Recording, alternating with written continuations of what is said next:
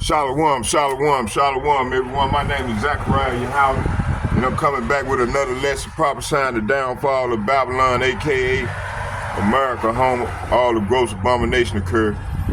I'm just coming back with a brief lesson. I'm at my little campsite right here, right around the corner from the house. So the Lord wanted me to come out and bring out these precepts. So I put together these precepts. Before we start, let's do this. Let's watch this video. Damn. Y'all bear with me here. Shit. Hey, man. I step in this goddamn cone right here. Shit. Push come to shove, man. I'm gonna step right here in this corner, man. Let it out, man. Y'all bear with me here. But anyway, yeah. So. Yeah, it's a time we living in. We living in some exciting, marvelous times, boy. The Lord getting ready to make His presence felt here in Babylon, you know. And we can't wait, you know. Come on now, shit. So y'all bear with me. Fair use under the statue. I'm finna bring it out in a minute. Y'all bear with me here.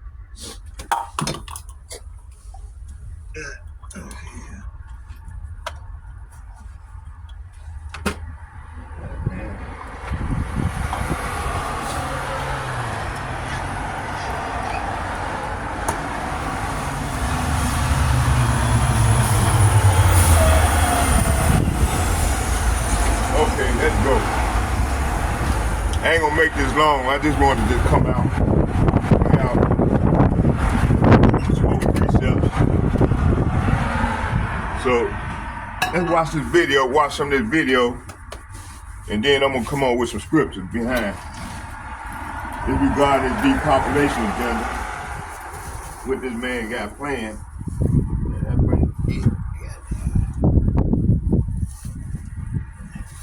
While my man bringing out some edification here, and we're gonna listen to the video, and then I'm gonna show y'all some of the video. It's damn.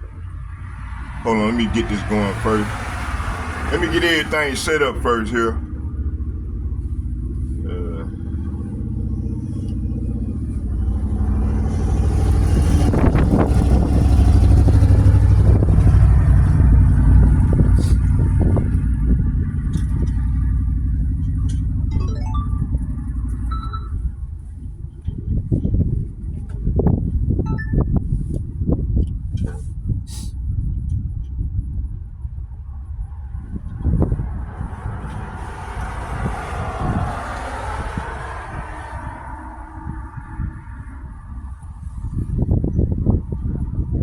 It covers the entire world and what their population collapse is looking like. The scary thing is that this trend in every single population in the world, and as said before, is occurring.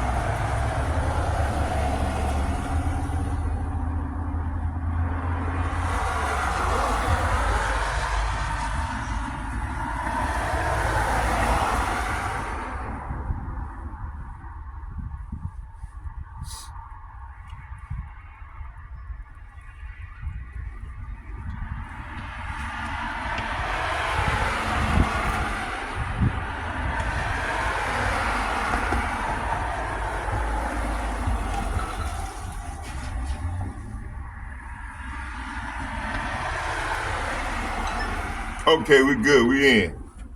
Now, while we got this going,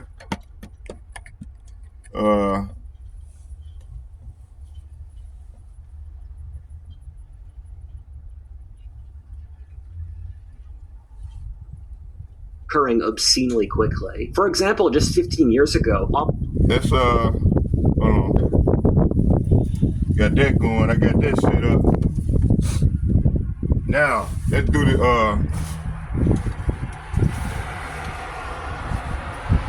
let's go right here. Let's get a copyright violation. So fair use This fair use. Fair use. I'm not getting paid. Only strictly for educational purposes. Okay.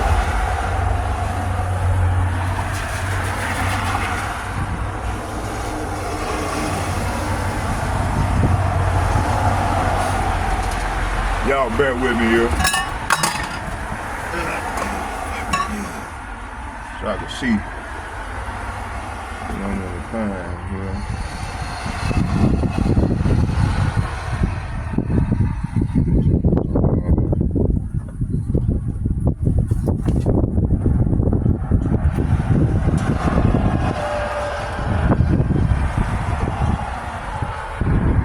Trying to find my copyright. Here you go. Is that it? No, that ain't it.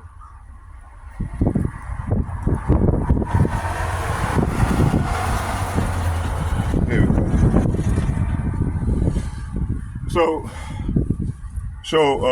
Damn, that sun.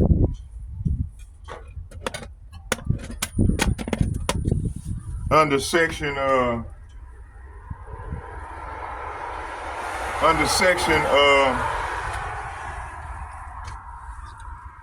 section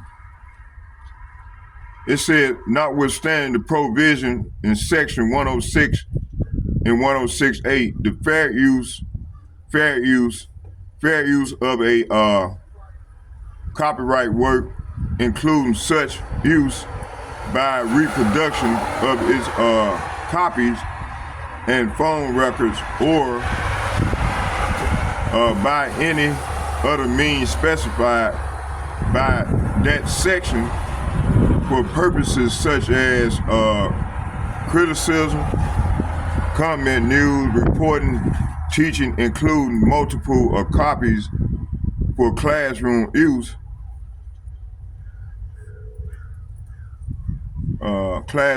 scholarship, or research is not an infringement of copyright.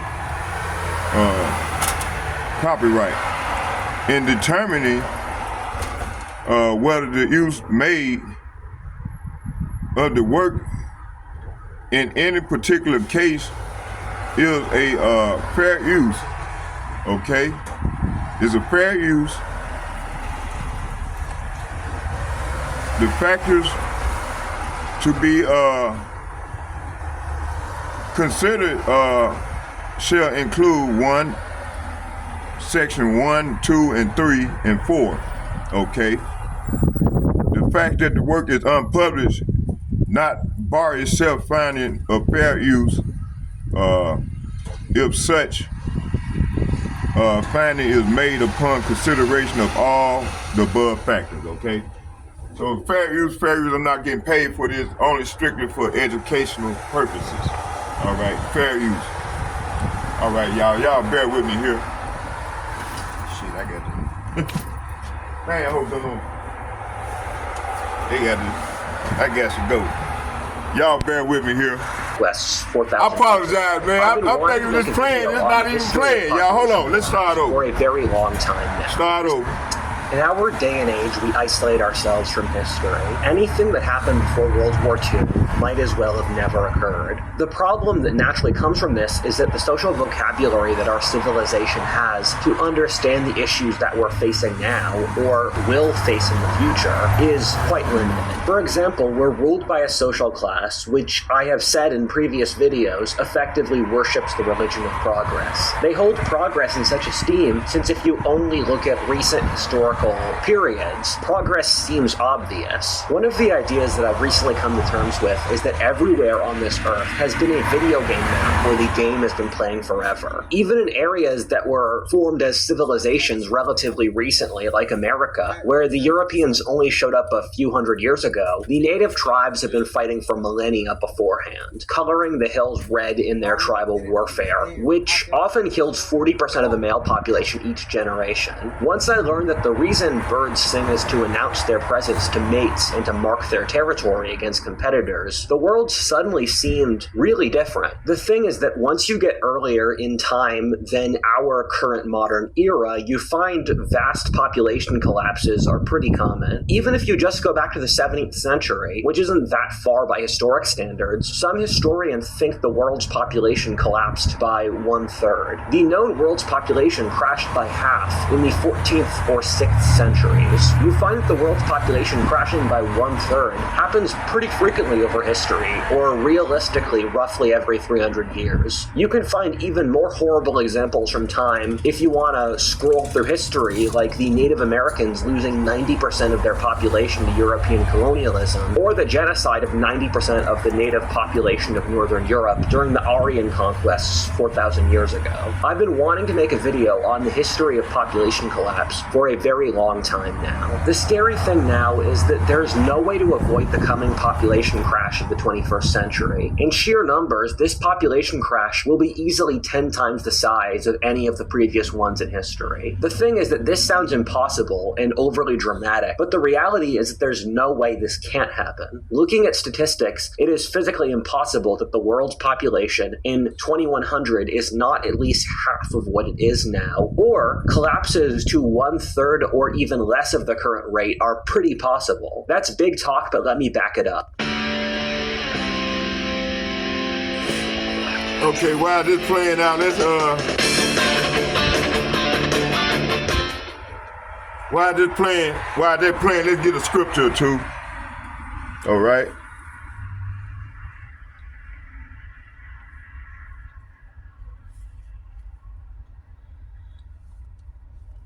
Let's get a scripture.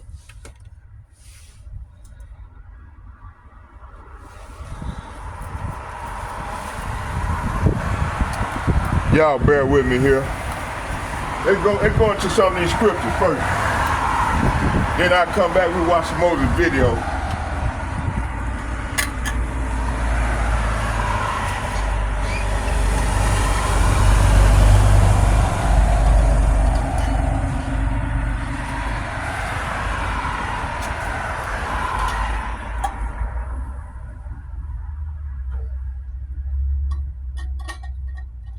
So, this is this man playing, man. He got a depopulation agenda, man. And that damn Klaus Schwab, I've been trying to find that video. I haven't been able to locate that. They took it off the internet, where he was telling off on himself. You know? He said they was on course of getting rid of, depopulating the earth of his how many people on the earth? About 8 billion. So this devil on the earth, his plan is to depopulate the earth, you know, of the people. So let's go into some scriptures. Where my phone at? Let's go into the scripture. Let's start here in Habakkuk chapter 1. Matter of fact, we're gonna start in 2nd Esdras. We're gonna go back to 2nd Esdras, the 15th chapter, real quick.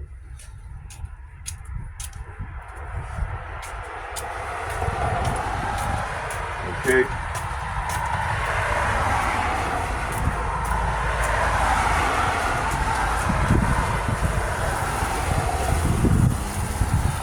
We're gonna start in 2nd Esdras, the 15th chapter.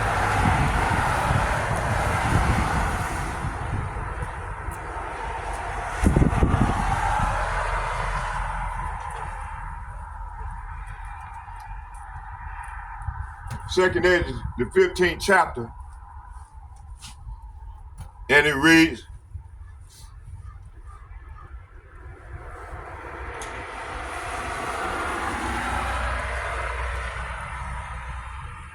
Second Esdras, chapter 15, verse, I'm gonna read from 1 to 10, and it reads, it says, behold, speak thou in the ears of my people the words of prophecy, which I will put in thy mouth, saith the Lord, and cause them to be written in paper, for they are faithful and true. So these prophecies are faithful and true. Verse 3, It said, fear not the imagination against thee, and let not the incredulity of them trouble thee that speak against thee. Verse 4, for all the unfaithful, say what? For all the unfaithful shall die in their unfaithfulness. So you got 2/3 of our people, man, is unfaithful right now. They mark and scoff the prophet, always bucking up against, like my man at the church. Man, I said, man, you should get back on, man, so I can keep you informed. But hey, it's up to the Lord. The Lord don't want that dude, man. So I've been reaching out to him for the longest. So, like the brother been saying, man, don't try to make nobody accept this thing, you know, in which I'm not, you know. If the Lord ain't dealing with him, he ain't dealing with him, you know, simple as that, you know. Can't force this thing on people, man. So, cause a lot, like the Lord said, about 2/3 of our people gonna die for being unfaithful, and they join unto this devil, and they believe in this devil philosophy, his ways, his doctrine. You know what I mean? It says here, verse 5. It said, "Behold, saith the Lord, I will bring plagues upon the world, the sword, famine, death, and destruction." This plague that the Lord is talking about, he's talking about evil. So the Lord is going to bring much evil upon the earth, you know, like in the days of old. Let's go right here and get a precept to that. 2nd Ezra, let's start at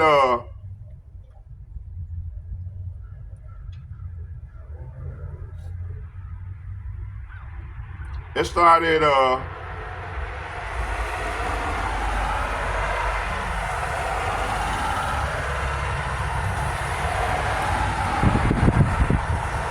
let's start at 9.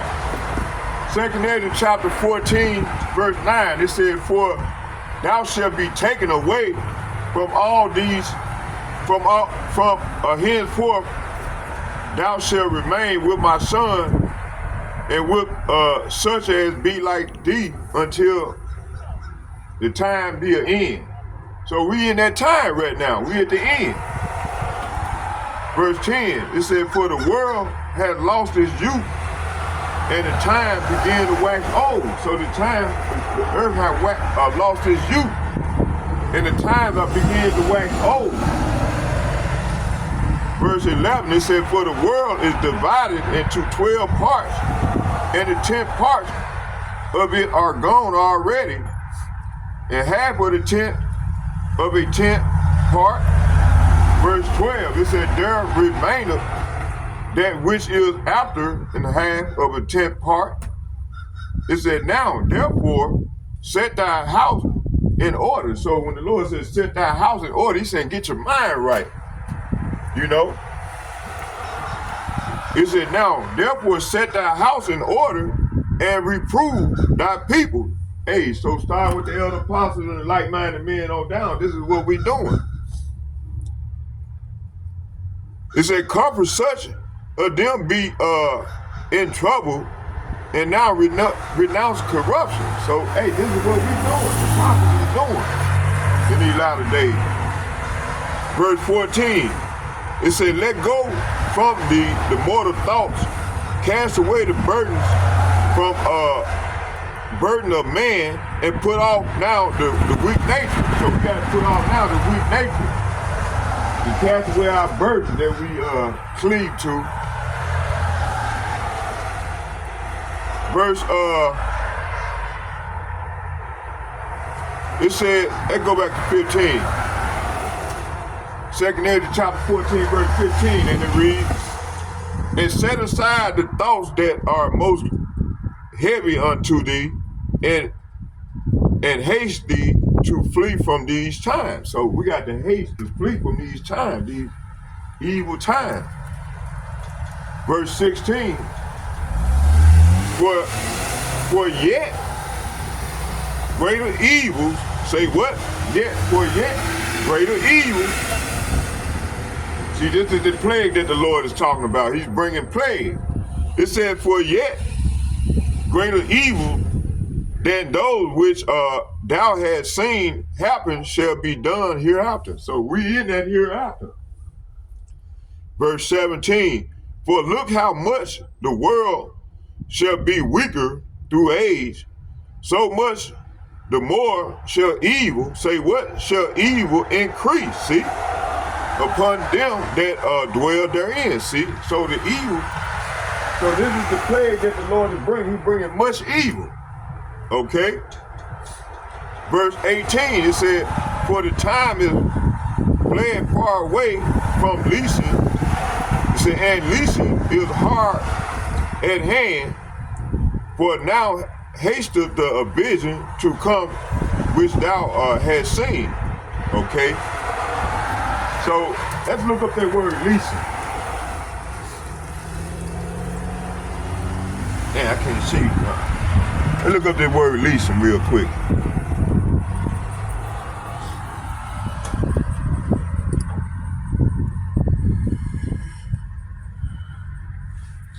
Come on now.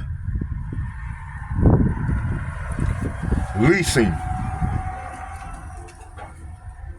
It said give run or present participle, leasing, grant property or lease. It says similar, rent out, rent, hired out. It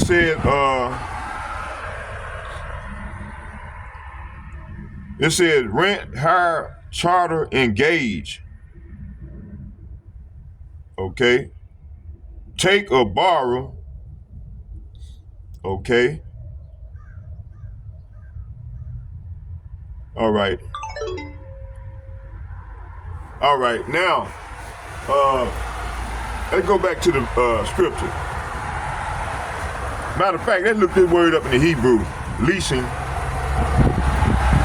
Leasing in the Hebrew.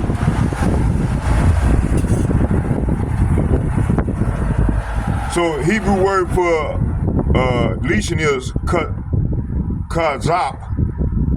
It was translated as leasing. In King James Version, the Bible, in Psalm 4 and 2 and 5 and 6 is an archaic term that means falsehood. See, falsehood or lying. So that's what it means. I'm glad I went there. It said kazak can also mean to devise, to fabricate, or to lie. The word is used in the Bible to convey ideas of treachery, lying, and deceit. For example, in Psalm chapter 5, verse 6, David used the word to refer to treachery and falsehood of his adversary, okay? Other translations said the revised version of the Bible, kazap, is translated as falsehood in Psalms 4 and 2. It said, and lies. It said in Psalms 5 and 6 and other verses, the Hebrew word is translated as liars.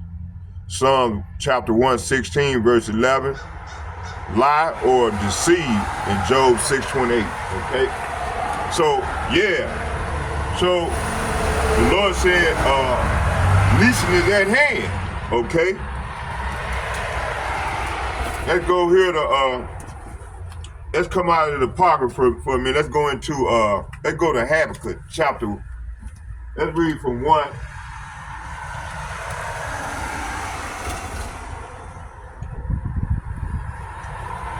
Habakkuk chapter 1. I got a lot of precepts I got to bring out, so I'm going to start bringing it out, then we'll come back into the video. Habakkuk chapter 1, verse 7. And it reads, it said, the burden which Habakkuk the prophet did see. Verse 2, O Yahweh, how long shall I cry, and thou wilt not hear, even cry out unto thee of violence, and thou wilt not save. Verse 3, why do thou show me iniquity, and cause me to behold grievance?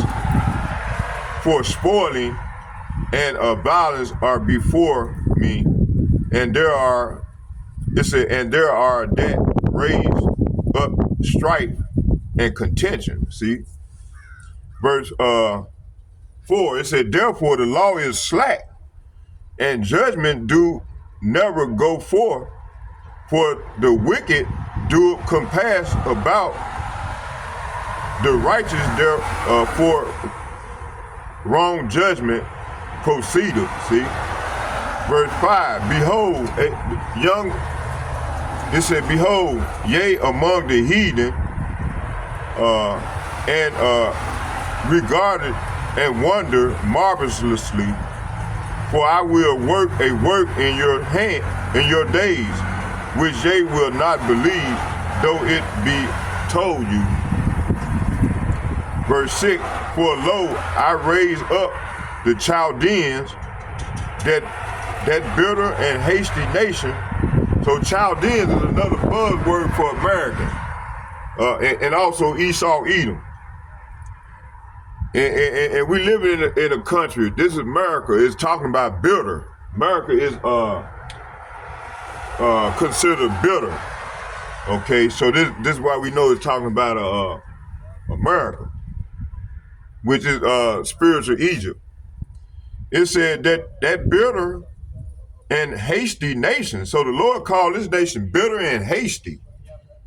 Nation which shall march through the breadth of the land to possess the dwelling places that are not theirs. See? So this is what they do, man. They march through dwelling places not theirs. It said, verse 7, they are terrible and dreadful.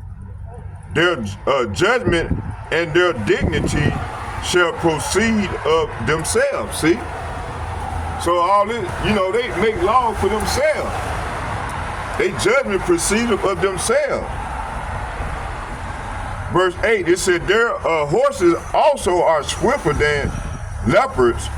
So talking about they military vehicles or airplanes, so on, all their military equipment. Their horses, this represent the military vehicles and equipment or whatever. It says the horses also are swifter than leopards and are more fierce than the evening wolves. And the horsemen shall spread themselves, and their horsemen shall come from far, and they shall fly as the eagle that hasteth to eat. See? It said, verse 9, it said, they shall come all for violence, their faces shall sup up as the east wind, and they shall gather the captivity as the sand. Okay, verse 10, it said, and they shall scoff at the kings, and the prince shall be a scorn unto them, and they shall deride every stronghold, for they shall heap dust and take it. Verse 11, it said, then shall the mind change, and he shall pass over and offend imputed that his power unto his God. Okay, so let's go back. Y'all bear with me here.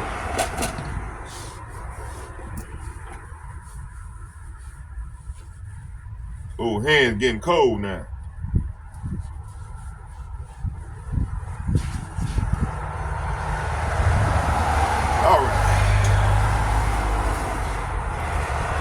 All right, what was it?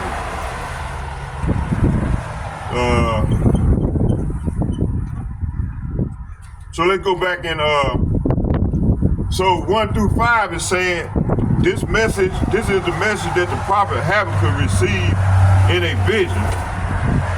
And he was saying, he was complaining to the Lord. He said, how long, O Yahweh, Bahashem Yahushai, must I call for help? So the Lord, the Lord got his You know, Yahweh got his face turned like this here against us. He's not responding to a word. And then you got a lot of you wacky chacky Christians talking about my Lord, hear my prayer. Man, the Lord is not hearing your prayer. I don't know where you getting that from.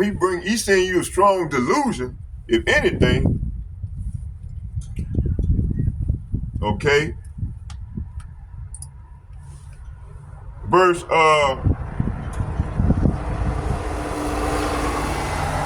it says here, it says, how long, O Yahweh, Ba'ashem Yahushai, must I call for help, but you do not listen? Violence is everywhere. I cry, but you do not come to save. Must I forever see these evil deeds? Why must I watch all this misery? See? It said, wherever I look, I see destruction and violence. So it's gonna get to that, it's gonna come to that point. It said, I see destruction and violence. I am surrounded by people who love to argue and fight. See? Hey, we surrounded by people that love to argue and fight. Verse 4, it said the law has become paralyzed. See? So he's saying, hey, the law is becoming so corrupt, it's becoming paralyzed here in America. It said the law has become paralyzed, and there is no justice in the court. See, there ain't no justice in the court. You see, and for us, this has been going on for a very long time. Now the Edomites are seeing this stuff, you know. You see? Okay, let's keep going. It says here, it said the wicked, say what? The wicked far outnumber the righteous, so that justice has become perverted. So justice has become perverted here in this land, you see? Yeah, justice has become perverted, you see? Okay. Verse 6 is saying, here go the Lord's reply. He said, Yahweh Ba'ashem Yahushai replied, look around at the nations, look and be amazed, for I am doing something in your own day, something you wouldn't believe, even if someone told you about it. I am raising up the Babylonians. See, he said he's raising up the Americans, a cruel and violent people. See? So, hey, the Lord called these people here in America cruel and violent. He said they are a cruel and violent people. They will march across the world and conquer other lands. See? All right? And it substantiates what this prophecy I'm finna read. I'm finna go in there and read. It says, conquer other lands. It said they are notorious for their cruelty and do whatever they like. See? Talking about this beast system. Okay, let's go in here and I'm finna show you, I'm finna read something to y'all real quick.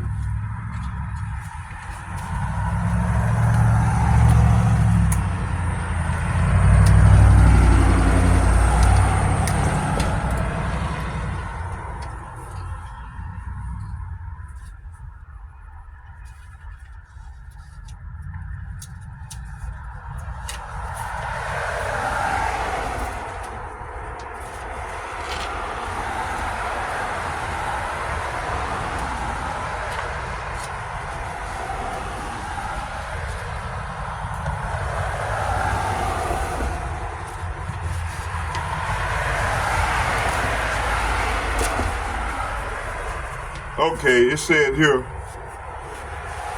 it said the primary purpose of the U.S. government population control effort is to maintain access to the mineral resources of less developing countries or LDCs. In this case, it is talking about the least developed countries.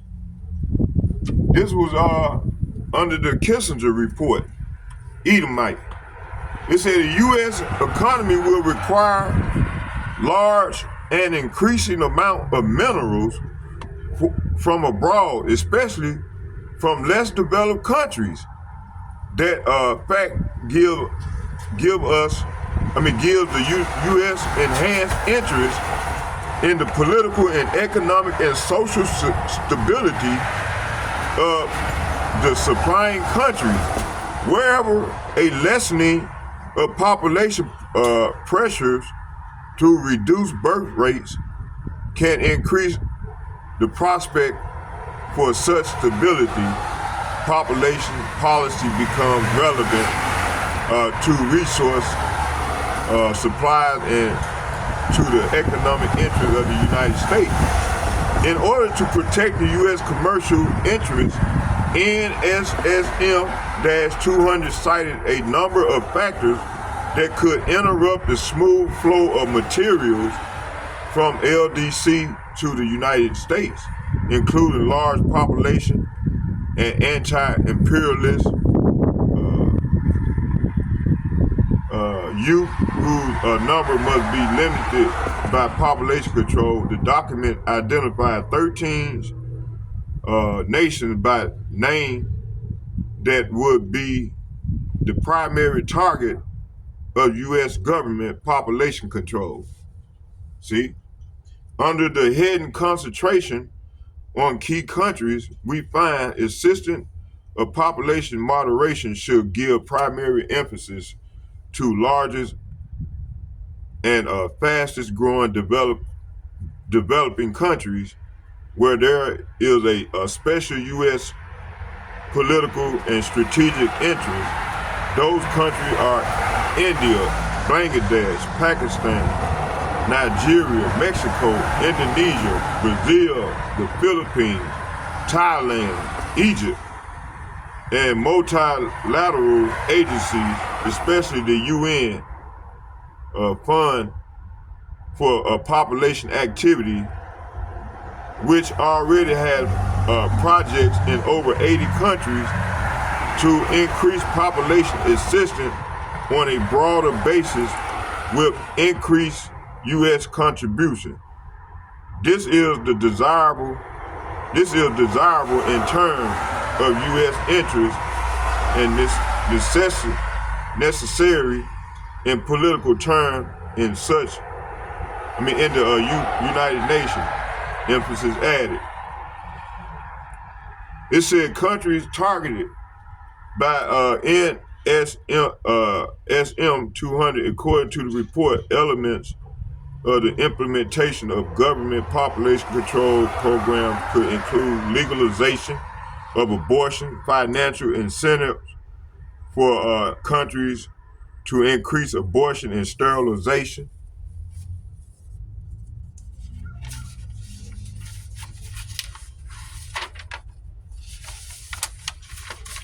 It says here, contraception use rates, indoctrination of children, and mandatory population control and coercion of other forms such as withholding disaster and food aid unless the least developed countries implement population control programs.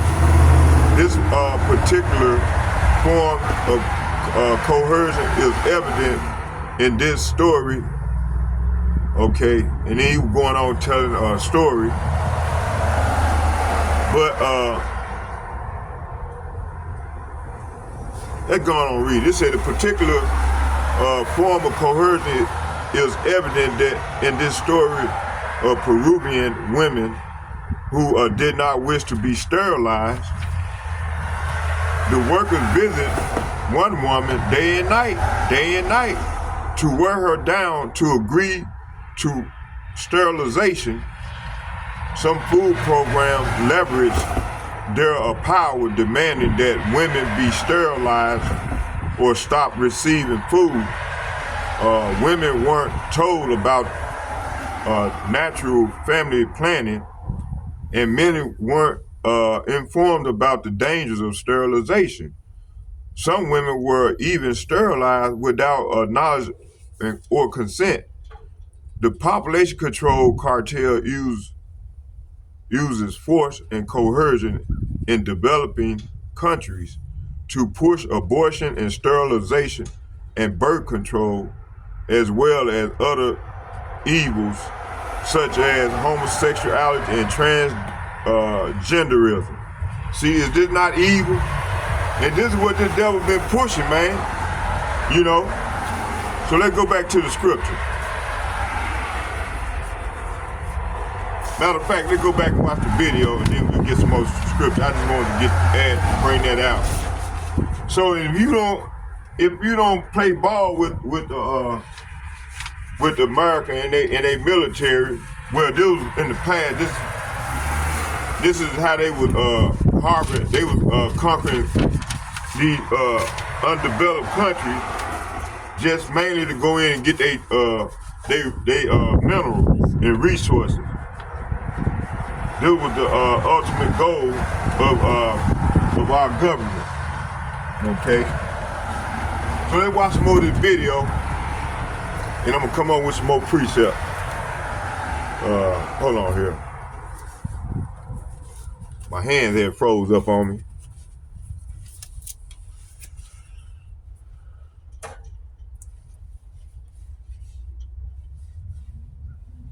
So this is what they've been doing for the last, 40, 50 years? Conquering other people's countries, coming in with their military, and if you don't play ball with them, they'll kill off your president and put in a puppet president or whatever in there. They're gonna play by their rules, okay?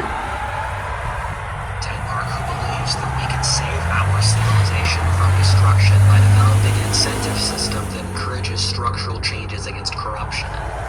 He's created a mathematical algorithm that scores organizations based on how corrupt they are. He's a What If Altist fan and shown me his algorithms. And this stuff is super cool. You guys should check it out. And we live in an age in which corruption is increasing. Hold on, man. Shit, come on now. Don't start this.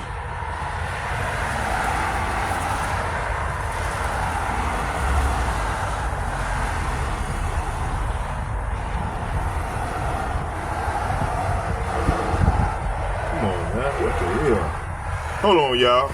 Shit. Thousand organizations have been analyzed already. The name of the tool is MyStick, and you can use it for free. MyStick has one downside. It can only work when a lot of people use it.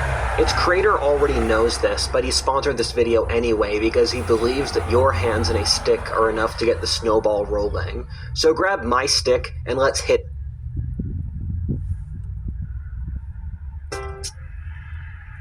Hi, we're Visible. If you're looking for one-line wireless plans without hidden fees and surprise charges for... Fell apart as a society, since even in the Middle Ages, a city was a demographic sink, which was dependent upon the countryside to reproduce. This also holds for religion. Greco-Roman civilization was one of the most agnostic of the pre-modern world, since its elites were urban. The Middle Ages were a much more complicated society than we give them credit for, and even back then, the cities had a reputation for agnosticism, or not being a good place to raise a family. The British elite stayed religious over the 18th and 19th centuries, while France went agnostic, since the British elite was rural and the French was urban. Once Britain became an urban society in the mid-19th century, it stopped being religious. These trends do take a few generations to play out. For example, the Middle East urbanized in the late 20th century, and devotion to Islam has been in a nosedive over the last decade. Fun side note, I've seen a lot of analysts say that the rise of TikTok is the thing which is destroying faith in Islam. today. In rural communities, human societies operate largely under Dunbar's number of 130, which is the number of people the human brain can process and actually know their character. Dunbar's number is fascinating in that the average size of a corporation, a church, a Roman centurion, a military brigade, or almost all types of human organization cluster around 130 people, or Dunbar's number. The thing is, once you get past Dunbar's number, the society can't assess the moral level of people or police their actions socially. In a farming town in 19th century America, a medieval village, a village in the ancient Middle East, or rural India today, everyone knows everyone else. A woman can't get pregnant with the children of multiple men without social recriminations and shaming. A scam artist or habitual criminal will eventually have their reputation destroyed. The governance, although this system does have very obvious negatives, is done by a local feudal lord, village elders, or parish priest who know the characters of everyone involved. Once you get larger than that, it's impossible to police people's actions. This either makes it difficult to get people to cooperate in tragedy of the commons situations, like waging war, maintaining social standards, or social trust. Furthermore, everything becomes lonelier and more difficult since you can't rely on communities. It also wouldn't surprise me if we evolved to have a switch to not breed when population density gets too high for obvious reasons. Pre-industrial societies largely got around these issues since the populations of cities weren't replaceable, thus most of the inhabitants of cities were people socialized and from the countryside. So if you want to look at demographics and social structure from the perspective of cities versus countryside, you would see that in the pre-industrial world, the demographics of every developed society in the world were 90% rural and 10% urban. The sort of society that this would create would be a large religious, rural majority population that would provide social stability, but was also credulous, simple-minded, and bigoted. The thing is that we humans didn't evolve to live in cities. We are biologically the exact same as the hunter-gatherers who lived 100,000 years ago, who lived in intact, small tribal communities where they would probably never see more than 300 people in their whole lives. Majority urban societies are incredibly recent, with the first ever being Britain in 1850. This is also why social study after social study keeps on finding that the strength of social bonds and community are so important to health and happiness. When humans were evolving, if you weren't part of a good tribe, you'd just die, so our brains exist to prioritize community. Then, over the pre-industrial world, you had the 10% who lived in cities and were generating new ideas. This 10% in certain societies were able to create more agnostic social structures as they had disproportionate power. This would be especially true in societies where the farmers lived inside the town and worked in the fields outside town. That would explain the free thinking of city-state cultures like ancient Greece or the Italian Renaissance, where the farmers were also town dwellers, thus blurring the lines between city and countryside. As well as this, in societies where there was a centralized urban elite, like the European Enlightenment, Sung China, or the Islamic Golden Age, you saw similar results. These would be aberrations against the norm of stable religious conservatism, where the rural 90% would dominate the culture. This 90% would create a general level of social stability so that the periodic rebellions of the urban 10% wouldn't destroy the culture. On the other hand, the demographics of the industrial world are largely 90% urban and 10%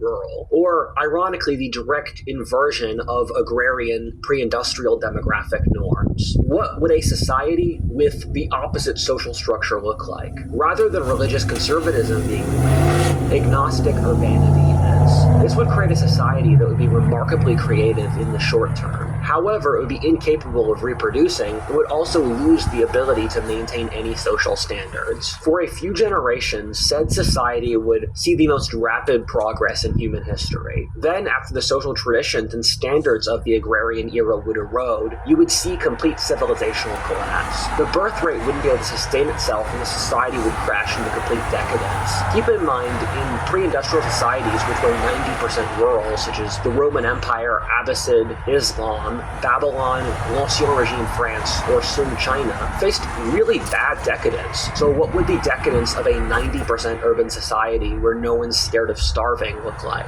You would see a breakdown of law and order, the formation of families, the ability to wage war, traditional belief structures, and basically any form of group cooperation. This is literally what's happening to our society. The most advanced nations in the world are pushing degrowth. I have no idea how defund the police helps black people, who often live in dangerous places, who really do need the police. Furthermore, how defund the police's policies have been pushed in countries that don't really have black people or well-armed polices, such as Australia, North Europe, or East Asia. However, for the comfortable city dwellers who want to abdicate any social standards, getting rid of the police means there's no external standards that they can be forcibly held to. Oswald Spengler was a brilliant historical thinker who developed a theory of how civilizations rise and fall. One of the most important points of his work, and a point he kept on returning back to, is that once a population becomes urbanized, it loses the character and soul which made that civilization. The soul of the civilization comes from the earth and nature around which it formed. As the society removes itself from the land, it can apply itself on a larger scale, but it becomes mechanical and artificial. That artificiality isn't sustainable, and then the civilization goes into decline. The great depressing irony is that looking at the strengths and weaknesses of urban or rural societies over history, you can see that our reality perfectly matches the hypothetical scenario. We are a majority urban society which, after its brief burst of incredible growth, is now seeing its population and social collapse. Part 3. Mouse Utopia. I'm going to keep this section short since I've already made a long video detailing it in much greater depth. Ironically, a very large part of this channel has spent dozens of hours basically detailing different angles of two different crises we are facing as a world or civilization today. The first of which is the political crisis, or why I think America and much of the rest of the world are on the verge of a major war or political collapse. Then there is the demographic collapse, which we will see play out for the rest of this century, which is attached to psychological issues. I've called this the psychological Black Death in previous videos. It's easy to forget that these two independent crises, which I believe would happen without the other, are hitting us at the same time. Mouse Utopia was an experiment in the 60s and 70s where they put 9 mice into a cage that could hold 6,000 mice. They gave them perfect conditions for population growth. There was infinite food, a lot of space, no disease, and a good climate. They ran this experiment 30 times and got the same results for each time. The population skyrocketed to 2,000, which is, again, 1/3 of the carrying capacity, and then the mouse social structure broke down. The male mice became effeminate while the female mice became masculine. The mice stopped interacting socially, with a lot becoming autistic. The mouse social system totally broke down, as there were gangs of violent mice who would kill those who continued to breed. The mouse birth rate crashed precipitously, as each time the mouse colony completely died out. Doesn't this sound eerily similar to what's going on in our world? The Mouse Utopia experiment has haunted me ever since I read it. I know it's possible to discount an experiment run by some guy in the 60s, but the thing is that this is the only paradigm that explains a lot of the weirdness of our society. We're the first era in history which wants to commit civilizational suicide. The first era where the birth rate has crashed to the degree it has. A large part of the West is literally pushing degrowth and mass immigration for the literal purpose of replacing the current population. We are the society which has the strongest feminism and most effeminate men ever. Nothing like it has been seen before in history, but it can all be explained by Mouse Utopia. I was watching my friend Homath's YouTube channel, and he showed a video of how in Korea they have something called the 4B movement. What that effectively means is that Korean women will stop having children, any kind of relationships, speaking with, or sex with men. This is terrifying since it just proves the Mouse Utopia paradigm. Only through Mouse Utopia can you explain a population which has lost any desire to reproduce, or who view reproduction as disgusting. Another scary everything is that the American girl who made a TikTok explaining this approved of the 4Bs and was cheering on Korean women for ending their entire nation. I assess the accuracy of my predictions every few years to compare what I thought would happen to reality. I find I had a bias against nihilism, and that I did not predict accurately how suicidally nihilistic our society or the lefts would get. The 4Bs was something once I knew about the Mouse Utopia experiment that I knew in the back of my mind I would start seeing. It's shocking to actually get there, though. I put it in the same mental bracket as the hikikomori, or the Japanese shut-ins who refuse to work, socialize, or be members of society. I predicted there would be a Western version, and now we have the NEETs, which stands for not in employment, training, or education. The thing that scares me about Mouse Utopia is that it's the perfect logical endpoint of the chain of argument I went through before, of what a majority urban population would end up like. The guy who ran the Mouse Utopia experiment, after running various versions of it 30 times, came to the conclusion that the driving variable for Mouse Utopia was the crowding and thus lack of agency which came from overpopulation. A very similar conclusion to the Unabomber, who said that the great flaw of the Industrial Revolution was that it removed agency so much from the average person that society lost any will to keep going. That the human spirit couldn't take being turned into a cog or a ant in a giant depersonalized hill. The Unabomber also said that without intervention from genetic engineering, that industrial civilization would break down. He said that collapsing birth rates, ennui, soullessness, and other things would mean that the industrialized world would self-destruct over the course of the 21st century. This fits with the rural thesis, in that in a rural society where you know everyone, you can feel agency over your life since you are capable of seeing how you as an individual have improved your community over the course of your life. That's much more difficult in a giant depersonalized bureaucracy. The thing that scares me about this is it's yet another logical argument that comes from a different direction that says basically the same thing as the Mouse Utopia or decadence argument, that the industrial urban nature of modern civilization creates a lack of social standards or cultural unity which results in demographic collapse. The thing is, we can't ignore this anymore as the birth rate keeps on plummeting to lower and lower levels. Part 4. What does this all mean? We can talk about these statistical projections all we want, but the fundamental reality is that this won't happen in the lab, but in the messy real world.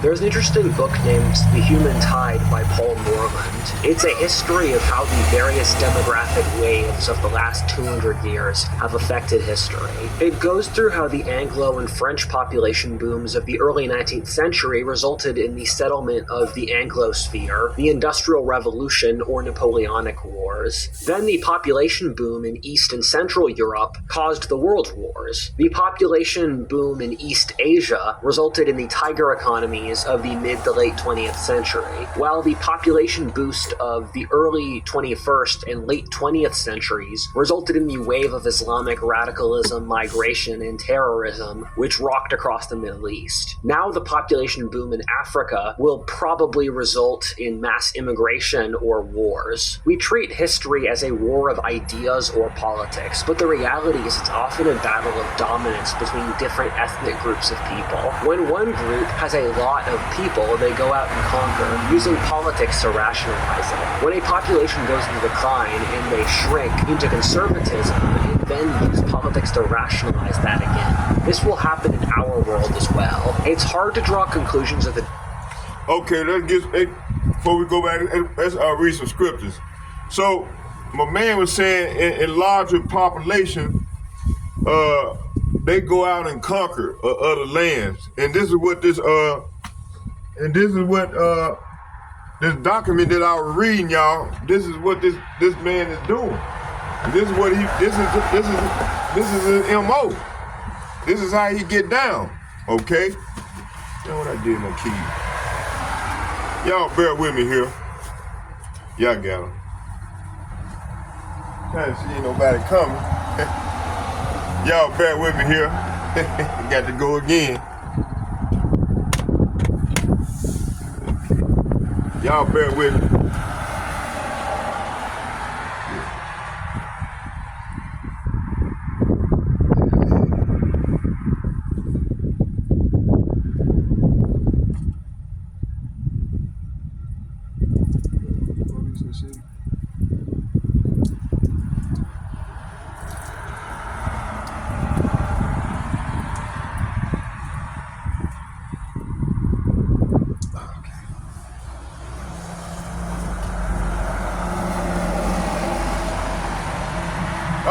go. Had to go.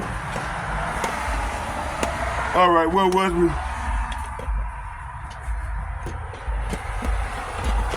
Hey, there we go. All right, let's go back. Let's go and get some scripture. And then we'll come back and listen to some more. Okay, let's go to Isaiah. Let's get Isaiah chapter 13 verse. Matter of fact, let's go back and read Habakkuk chapter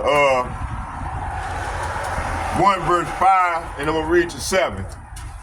It says, behold, yea, among the heathen, and regard and wonder marvelously. For I will work a work in your days, which ye will not believe, though it be told you.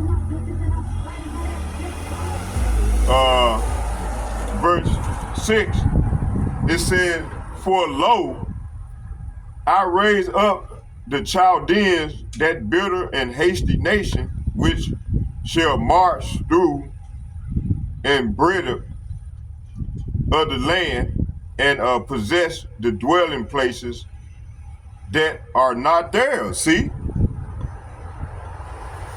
And hey, we just heard what the man just said, right? It said they are terrible and dreadful. Their judgment are their dignity shall proceed of themselves. See?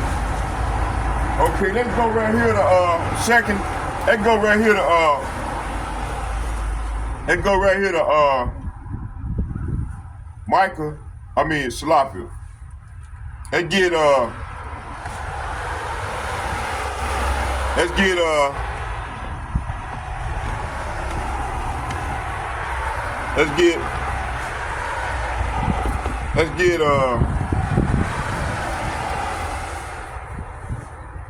Habakkuk chapter 2, and I'm gonna read from 1 to 7.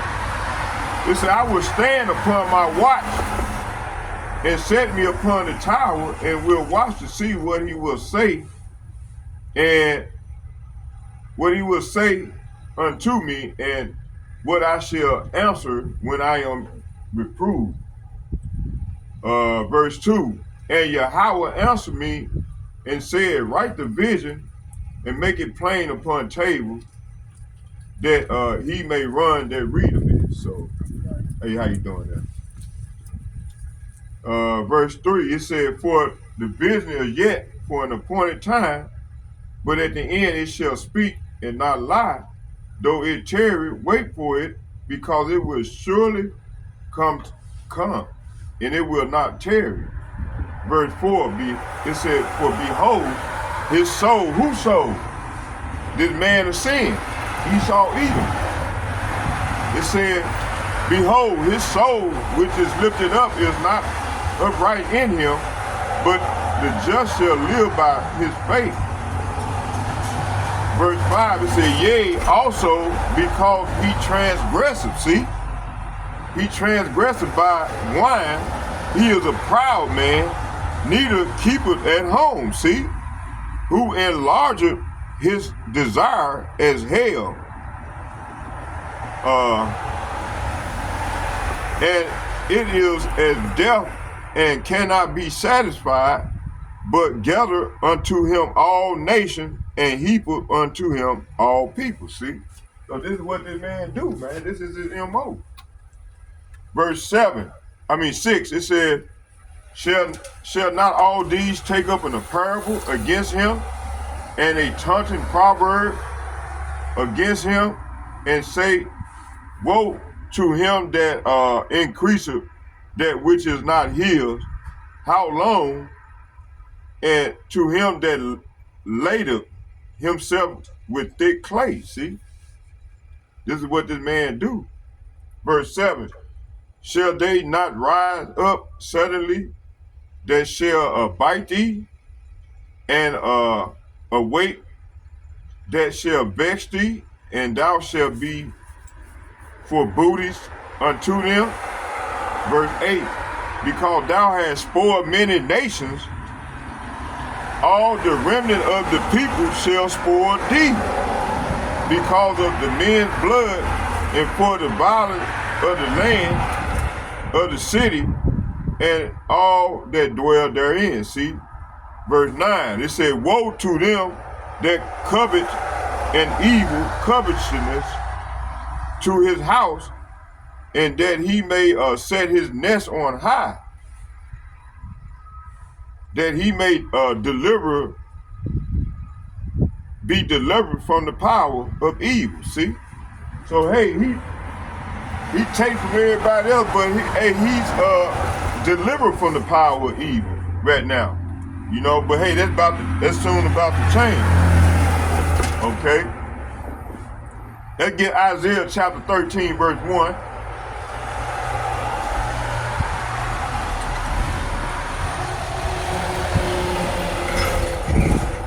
And it reads,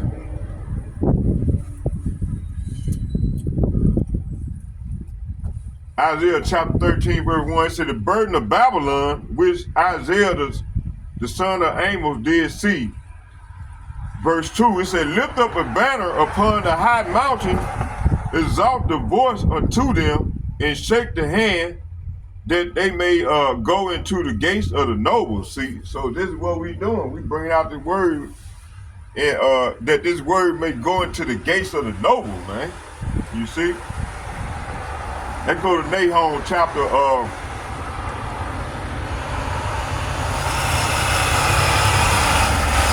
Nahum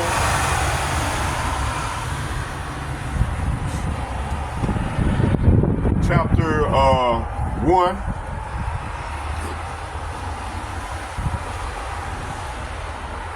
And it reads, the burden of Nineveh, that's another buzzword for Esau Edom, which is the Edomites, aka America, home where all where the Edomites live, and that's ruling. It says,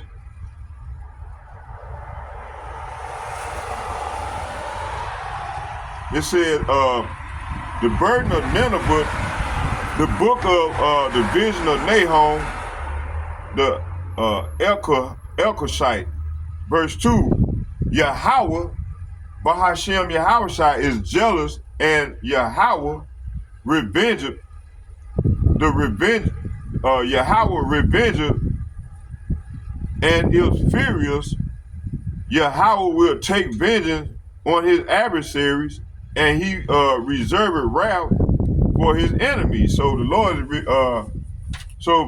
this verse here is saying the Lord is a jealous power, filled with vengeance and rage. He takes revenge on all who opposes him and continues to rage against his enemies. Hey, this is what's coming, man. Let's go hear the Psalms.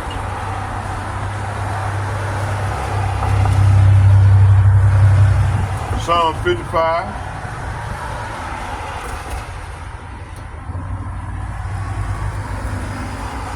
Let's start at 9. Actually 8.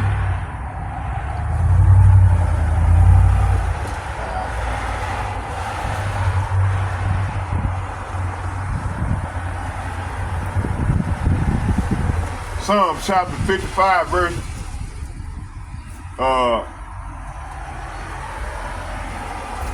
8 to 11. I'm going to read from 8 to 11. It says, I would hasten my escape from the windy storm and tempest. So, hey, a windy storm and tempest is coming this way. And you know, we hoping to escape the judgment which the Lord is bringing, you know. Verse 9, it said, destroy, O Lord, and divide their tongues, for I have seen violence and strife in the city. See, we have seen envy and strife and violence in the city. Verse 10, it said, day and night they go about it upon the walls thereof. Mischief also and sorrow are in the midst of it. See, talking about the city, America, man. Verse 11, it said, wickedness is in the midst thereof, deceit and guile. Depart not from her streets. See, verse 12, it said, for it was not an enemy that reproached me, then I could have borne it, neither was it he that hated me, that did magnify himself against me, then I would have hid myself from him. Okay, so this is saying right here, it said how quickly I would escape far from this wild storm of hatred. See, this is what we are praying for, you know, in the days to come. Verse 9, it says here, confuse them. Say what? Confuse them, Lord, and frustrate their plans. So the Lord gonna confuse them and frustrate them their plans. For I see violence and conflict in the city. See, so we see violence and conflict in the city. And it's only gonna get worse and worse as we go far off into the great tribulation.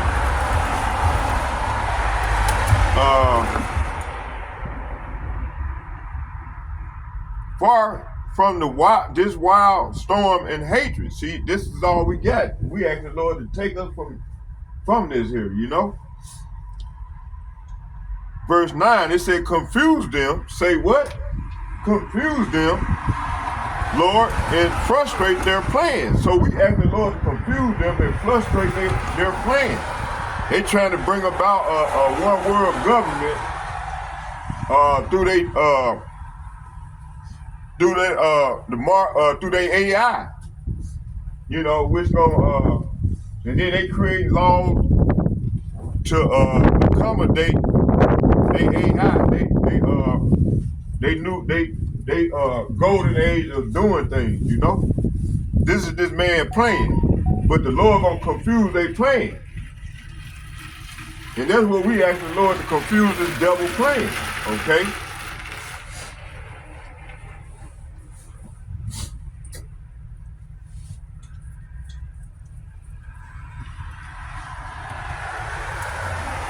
It said here,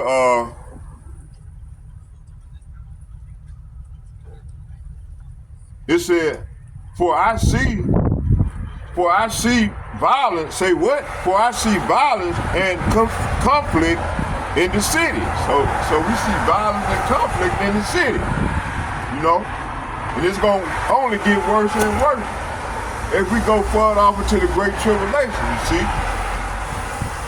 verse 10, it said, its walls are patrolled day and night against invaders, but the real danger is wickedness within. Say what? But the real danger is wickedness within the city. See, within in their own house. You see? That's the real danger. That get 11. Verse 11, it said, everything is falling apart. Threats and cheating are rampant in the streets. See?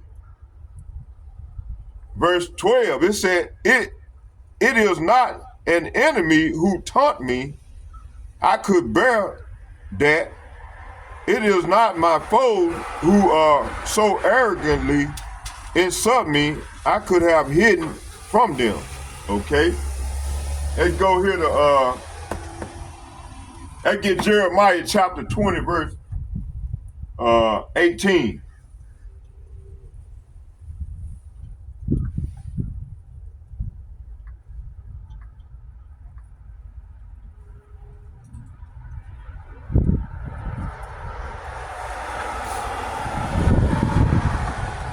Jeremiah chapter 20,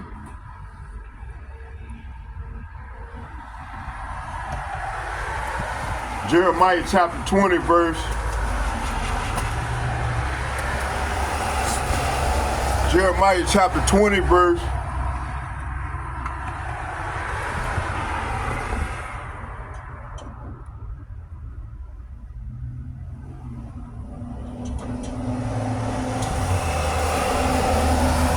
Let's start at 17. And we're going to read 17 and 18. It says, because he slew me not from the womb, or that my mothers might have been my grave, and her womb to be always great with me. Wherefore came I forth out of the womb to see labor and sorrow to my, it said that my days should be consumed with shame.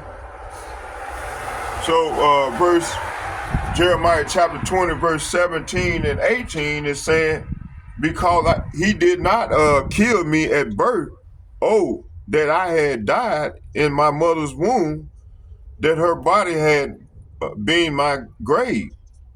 Why was I ever born? This is verse 18. Why was I ever born, and my entire life had been filled with trouble, sorrow, and shame? So, hey, this is how we feel, you know. But hey, we got to go through this here. This is called a straight gate because our forefathers sinned against the Lord, you know. So we got to go through these things right now. Okay, let's go here to let's get Jeremiah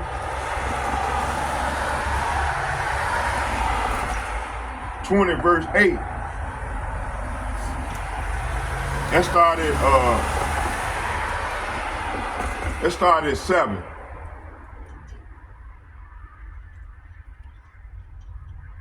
It said, oh Yahweh, okay, it's Jeremiah's complaint. Oh Yahweh, thou hast deceived me, and I was deceived. Thou art stronger than I, and has prevailed. I am in derision daily. Everyone mock of me. So this is what we saying. How you doing now? So verse 7 is saying, Jeremiah chapter 20 verse 7 is saying, Yahweh Ba'ashem Yahushai, you misled me, and I allowed myself to be misled. You are stronger than I am, and you overpower me. Now I am marked every day. Everyone laugh at me. Verse 8, when I speak, the word burst out, violence and destruction. I shouted. So these messages from the Lord have made me a household joke. So hey, this is how we feel, man. You know, we're like a household. You know, everybody mark and scoff us because they think we scum of the earth. You know, a lot of these people do. You know, marking and scoffing the prophet. That's okay though. They ain't gonna pay for that. Okay. Y'all bear with me here. Let me put on something to keep my hands warm a little bit. Okay, let's go here to let's get Jeremiah chapter 15 verse 10.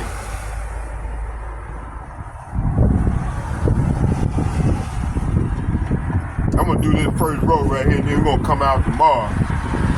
How much time we got in? Yeah. Let's finish this on off, this first row off. I'm almost halfway there. So we're gonna finish this first row off, and then we're gonna come out tomorrow.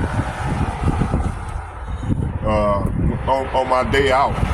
Come out and bring out, if the Lord will, I'm gonna come out tomorrow and bring out some more. Let me see where we stopped at. Let me see here. Oh yeah, we gotta get Jeremiah 15.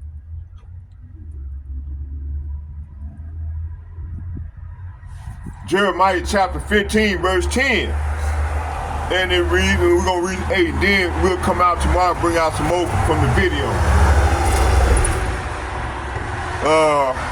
Jeremiah chapter 15, verse 9.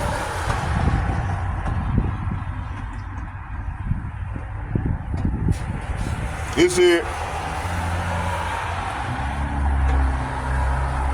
said, she have, it said, and that she, it's sloppy, she that have borne 7 languages, she have given up the ghost. Her son is gone down while it was yet day. She has been ashamed and confounded. And the residue of them will I deliver to the sword before their enemy, saith Yahweh. See? So this is talking about 2/3 of our people, man, that been marking and bucking up against the men of the Lord men, you know? So 2/3 of our people are gonna die by the sword. This is what this is saying. Okay? Let's read it again. I'm gonna read it in the NLT. It says, the mother of 7 grows faint and gasps for breath. Her son has gone down while it is still day. See, there's gonna be so much killing going on. And then we still got the war. A lot of them gonna get drafted off to war. They're gonna die in daylight. It said, she sit childless now, disgraced and humiliated, and I will hand over those who are left to be killed by the enemy. I, the Lord, have spoken. See, it comes from all these people marking and scoffing the real men of the Lord, man. And so the Lord he got something for them, you know. They're gonna die by the sword. Okay, let's get come on now, don't start this shit. Let's go right here to oh yeah, we gotta get 10. Jeremiah chapter 15, verse 10. Woe is me. Woe means death and destruction. Woe is me, my mother, that thou hast borne me, a man of strife and a man of contention to the whole earth. I have either lent on usury, nor men have lent to me on usury. Yet every one of them do curse me. See? So right here, this verse is saying, then I said, what sorrow is my mother, oh, that I had died at birth. I am hated everywhere I go. So we are hated everywhere we go. Okay? It said, I am neither a lender who threatened to be foreclosed, nor a borrower who refuses to pay. Yet they all curse me. See, so they all cursing us right now. You know. Let's go here to Habakkuk chapter 1, verse 4.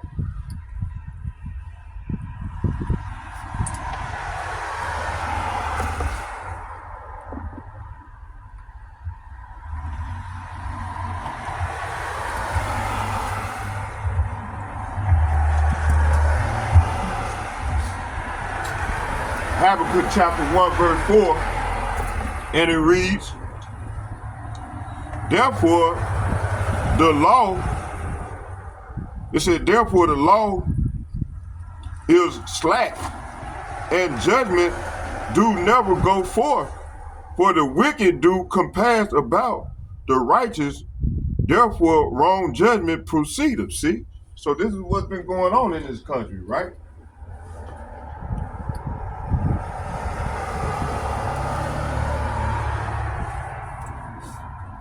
Come on now.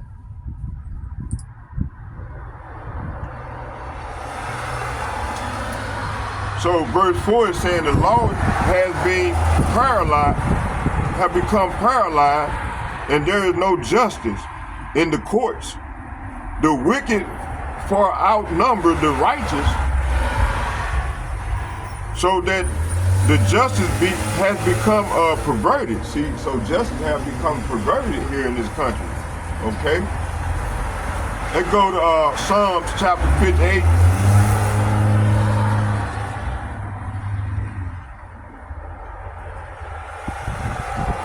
Psalm chapter 58 verse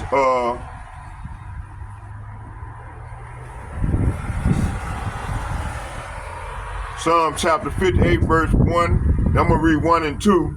It says, to the chief musician, Atlas chipped, Mitchum of David, Mitchum of David, do ye indeed speak righteousness, O congregation? Do ye judge uprightly, O ye sons of men? Verse 2, yea, in heart, ye work wickedness, yea, wait the violence of your hands in the earth. See? So right here it's saying that Psalm 58 verse 1 and 2, it says here, David, it said a psalm of David to be sung to the tune, do not destroy. Justice do you rulers. It said, justice do you rulers know the meaning of the word? Do you judge the people fairly? No, they don't. So the Lord will ask him, hey, he said, the Lord will ask him justice. Do you rulers? So he talked to them, he addressed the ruler. He said, hey, do you rulers know the meaning of the word? It said, do you judge the people fairly? My answer is hell no. It said, verse 2, it said, no, you plot injustice in your hearts. You spread violence throughout the land. See? They've been doing, hey, this has been going on for years, man. Hundreds and hundreds of years. Okay? Let's get Psalms 119.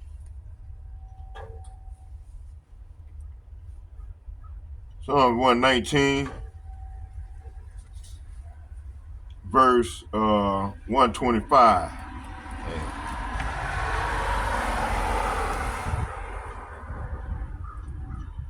Psalm 119, verse 124. We're going to start at 124. I am your servant. Deal with me in unfailing love. This is what we ask the Lord. And teach me your decrees. Hey, this is what we ask the Lord. I know I am. Verse 25. This is the point right here. Give this. It says, give discernment to me, your servant, then I will understand your laws. See? Okay, this is what we asking, Lord. Let's get Isaiah 59. I'm trying to hurry up and finish through these things because it's getting cold. Isaiah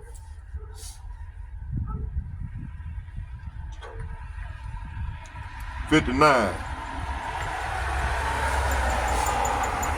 Isaiah chapter 59, and I'm going to start at 12.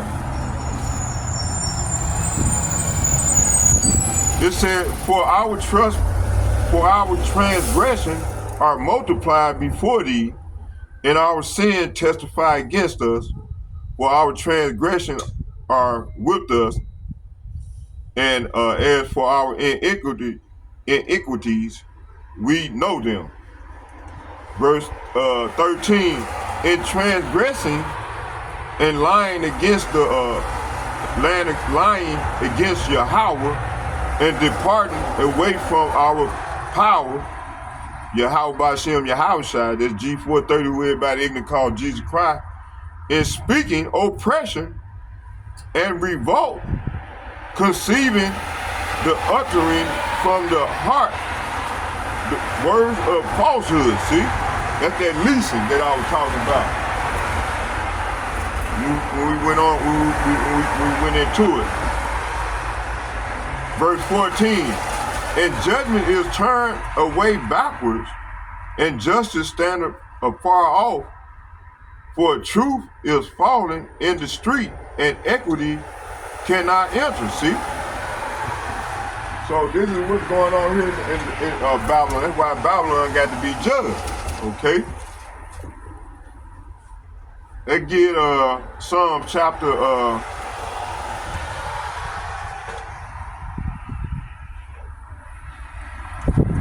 Psalm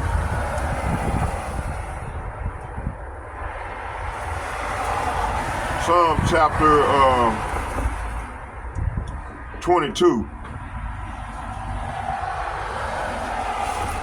Psalm chapter 22, and it said, to the chief musician upon Agilat,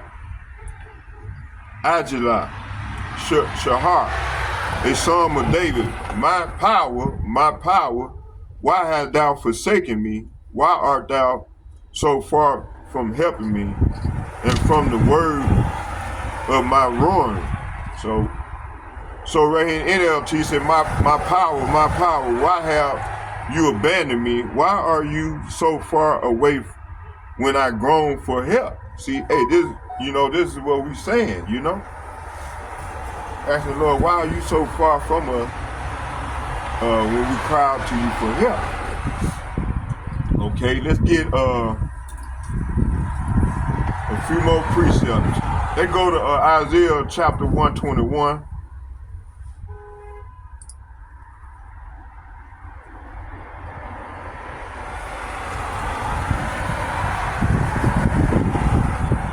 Isaiah 121. Isaiah chapter 121.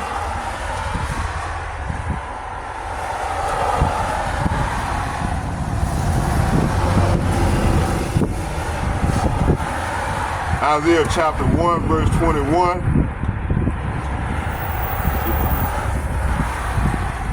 It says, Zion corrupted to be redeemed. It said, how is the faithful city become an harlot? Talking about you Negro, Latinos, and Native Americans. The Lord said, how a faithful city become a harlot? He said, how is the faithful city become an harlot? It was full of judgment, righteousness, large in it, but now murderers. See?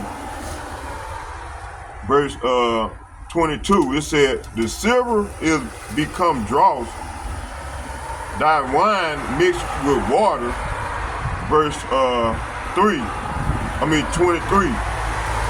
it said, the prince are rebellious and companions of thieves. Everyone love a gift and follow after reward. They judge not the fatherless, neither do the cause of the widow come unto them. Okay. So it says, see how Jerusalem is a people first before a city or a state. And the bulk of the tribes is here in America. This is what the Lord said. It says, see how Jerusalem, talking about the Negro, Latinos, and Native Americans, once so faithful, has become a prostitute. See, the Lord said, hey, we have become prostitutes. Once the home of justice and righteousness, she is now filled with murderers. See? So the Lord said, hey, we are filled with murderers right now. 22 said, once like pure silver, you have become like worthless slag. Once so pure, you are now like watered down wine. Wow. 23 said, your leaders are rebels. Say what? Your leaders, the Lord said, your leaders are rebels and companions. It said all of them, it said the companion of thieves, all of them love bribes and demand payoffs, but they refuse to defend the cause of the orphans or fight for the rights of the widows. See? Isaiah chapter 5, let's get that one. We're going to start at 19.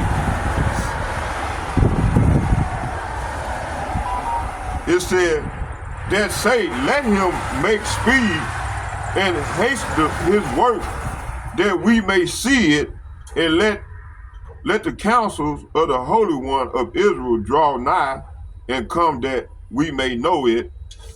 Verse 20, it said, woe unto them that call evil good and good evil, that put of darkness for light and light for darkness, and put bitter for sweet and sweet for bitter. So this is what our people have done, and about shame upon themselves. Okay.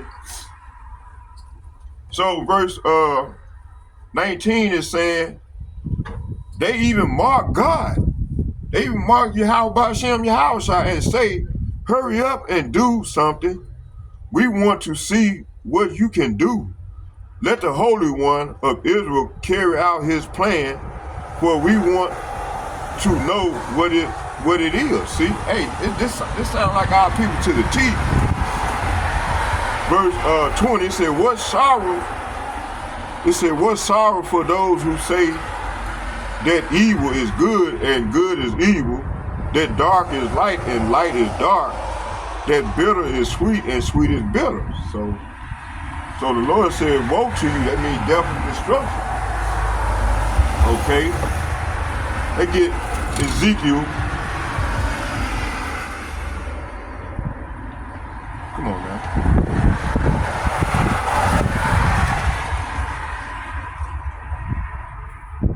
Ezekiel 9.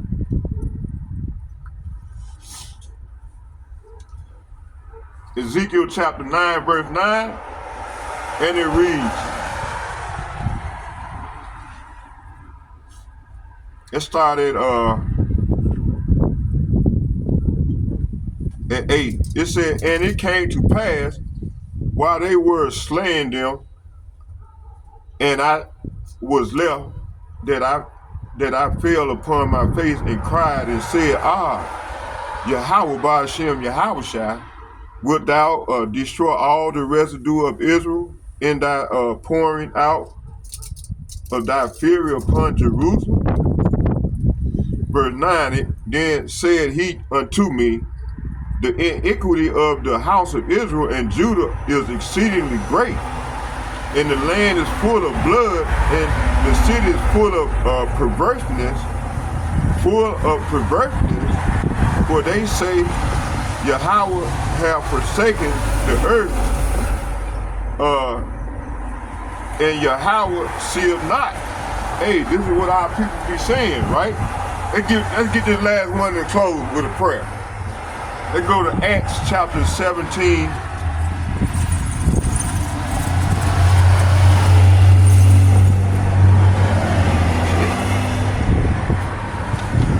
Acts 13.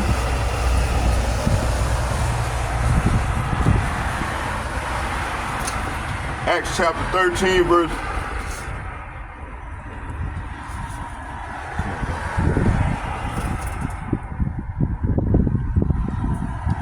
Acts chapter 13, verse 40 and 41. It says here, beware therefore lest that come upon you, which is spoken of in the prophets. Verse 41.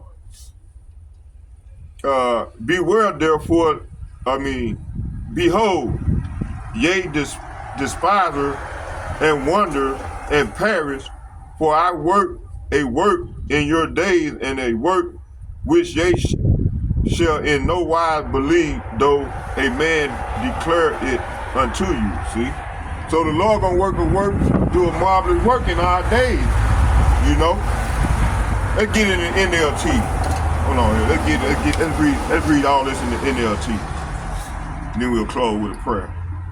Come on now.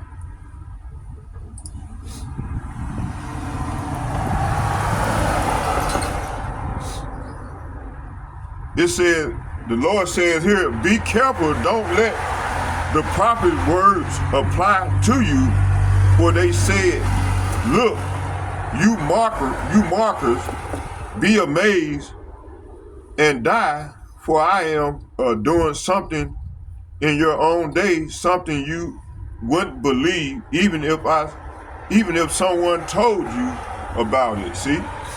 So hey, this is what the Lord is doing, man, in our days and time, okay? So I hope you all was edified with the little lesson I came out with. Let's get a prayer in.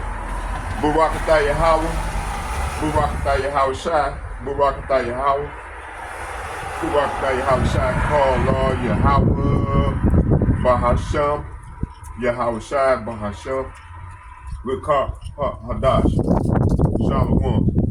And second and foremost, I'd like to give double shouts and double honor to all the elder apostles from GMS who rule well. GMS and men of valor who rule well. I like to say shalom to you all the elder apostles and bishops. And second, I'd like to give a shalom to all the like-minded men on down as myself. I'd like to say shalom to you all as well. And may Yahweh Bahashem, Yahweh Shai bless us all that we go further off into the great tribulation. Shalom, shalom, shalom. I'm out.